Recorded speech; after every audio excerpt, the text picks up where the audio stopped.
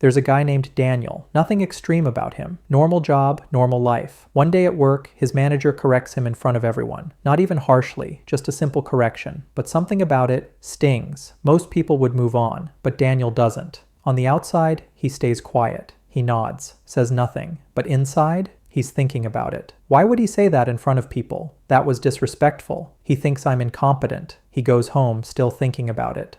Later that night, his girlfriend asks him something simple. "Are you okay? You seem off." And he responds with attitude. Short answers. Cold tone. She notices. Now she feels like she did something wrong. They start arguing. Not because of her, but because of what happened at work.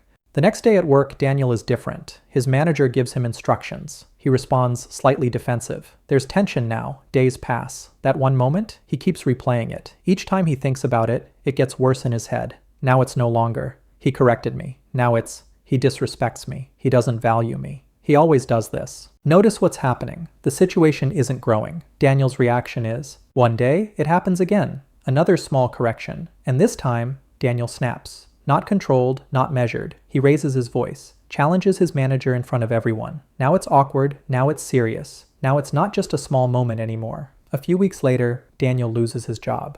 Now, if you look at that situation honestly, did Daniel lose his job because of that one moment? No, he lost it because of everything that came after. This is how anger actually destroys people, not in one big explosion, but in small moments that keep building. Part 1. Anger grows when you feed it. Daniel didn't explode immediately. He fed it first. Every time he replayed the moment, every time he added meaning to it, he made it bigger than it actually was. That's how anger works. It needs your attention to grow.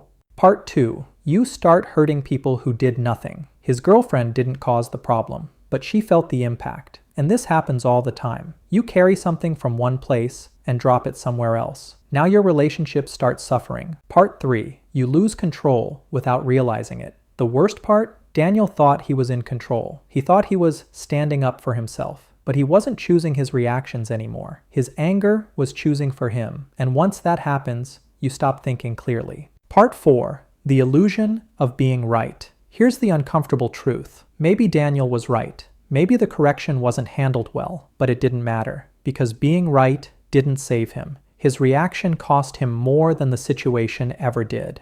Part 5. This happens quietly in real life. Most people don't lose jobs dramatically, but they lose things slowly. Respect, peace, connections, because of repeated reactions. Small anger, over and over again, until it becomes who they are. Part 6. The moment that changes everything. There's always a moment where you can stop, right after something happens, right before you react. That small pause, that's where everything is decided. Miss that moment, and the reaction takes over.